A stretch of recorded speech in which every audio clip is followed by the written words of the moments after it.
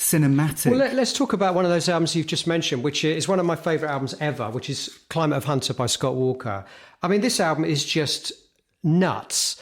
But what I love about it, and we talked about this again in previous episodes, is it's the point at which an artist is between two worlds. So as we know later on, Scott made some very, very, very strange, almost semi-theatrical albums, which I admire but don't particularly love. Albums like The Drift and Bish Bosh, it's almost like he's deconstructed the whole process of making pop music to a point where it has it bears no relation to pop music at all. But on this album, there's still the vestiges of his great, his late 60s, early 70s albums like Scott 3 and Scott 4.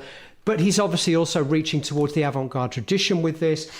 You talked about the lyrics being very cinematic. On this album, of course, the lyrics are cinematic, but he's using the cut-up technique, isn't he? He's using the William Burroughs technique of basically using random phrases to create some very beautiful lyrical images, but images that don't necessarily mean anything.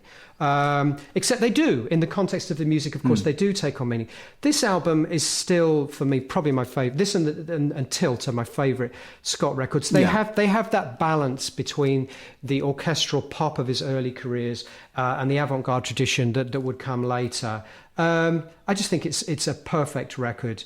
And we were talking about the Blue Nile being tentative. I mean, this is the sound of a singer that's anything but tentative, isn't he? He's completely has the confidence of not giving a fuck what people want from him or what people expect from him. And I don't think the album did that well at the time, did it? But again, it's become the proverbial cult classic, hasn't it?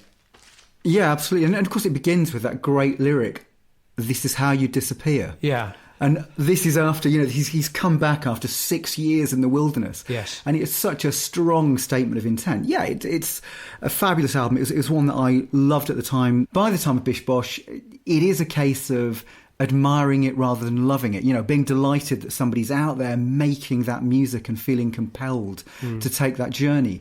Whereas on this, I was completely with him. And it was kind of hilarious at the time because I was working with a saxophonist and he'd bought it for his mum, because I'd been raving about it in the band rehearsals, and he bought it for his mum, who'd been a Scott Walker fan. And it was a case of almost kind of ripping the record off the player and smashing it. She was so hurt. She was actually to the point of tears, I believe, because this was not the Scott Walker. It is almost as if Frank Sinatra had suddenly done an album with Karlheinz Stockhausen or something, isn't it? Or or a free jazz ensemble. I mean, it still remains one of the most extraordinary moves for a previously a kind of very mainstream pop teenage heartthrob to have made this discordant experimental. I can hear elements of what else was going on in the 80s at that time. The use of fretless bass, some of the production techniques are very much rooted in that era, aren't they? The sort of early 80s era.